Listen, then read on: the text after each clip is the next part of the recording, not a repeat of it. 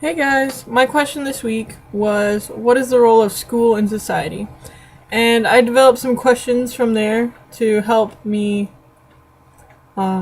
stimulate thinking and thought process so I could get something out of this week or these few weeks. So, my first question was how is a teacher viewed in the cave allegory? Because I picked the Plato reading as the one to apply.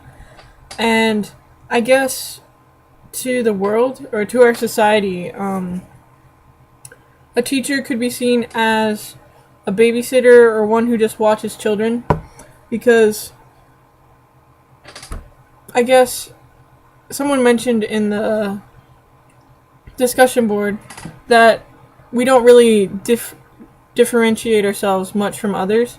It's our credentials that make us different, like our degrees and our teaching degrees and our knowledge, but we can't really show them that just based on the shadow. So I guess we need to what's the word? We need to show the ones in the cave that we have a way out, or to just convince them and to become more knowledgeable and come with us. So that was that question. Still kind of vague, but it's kind of a vague question. That's why I made it, so it'll keep the brain a-going. My next question was, as teachers, how do we teach so children view the light and the object within it rather than observe the shadows from the light? So instead of looking at a ball and seeing, oh, that's just a ball, they would be able to see that it was the sun and it shines and glows and has a lot of marvelous qualities. One of the things that I guess I learned from this week was that we need to teach students to understand rather than just to pass the test. I feel like a lot of teachers just do that so that they can get the grade, get past whatever grade they're stuck on. I guess one of the things that helped me when I was in school was when there was an object lesson, when they would be able to tie one thing with another so that I would be able to remember it. It helped me a lot in chemistry. But Cheryl A. Esplin in the April 2012 conference stated, teaching our children to understand is more than just imparting information. Teaching for understanding takes determined and consistent effort. It requires teaching by precept and by example, and especially by helping our children live what they learn.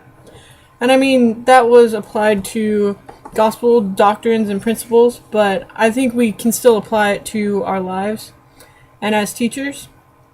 Because, I mean, if we are teaching a more objective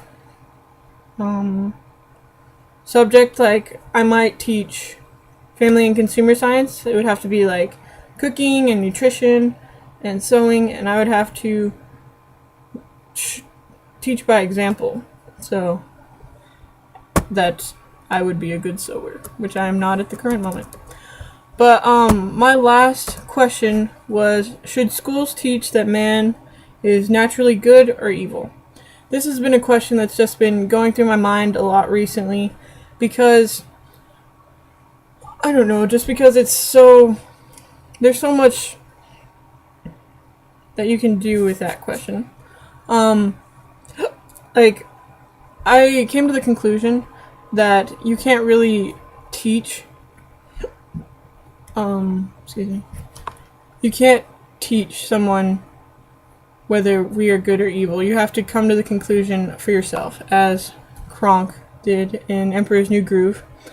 Like, for example, my brother and I think that man is inherently good, and that we have a drive to do good things, but sometimes slip up. And my brother disagrees and says, I think man is inherently bad and has good actions that they do, but generally it's for their own selfish will.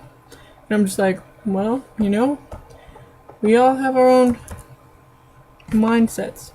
But I guess this week the takeaway, I guess, is that these questions really help me analyze and understand the people that we live with and in our society.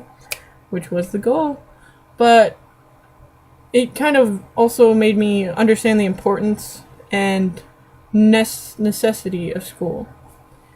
And one of the quotes that I enjoyed from this week, just to wrap it up, it says, "The power and capacity of learning exists in the soul already."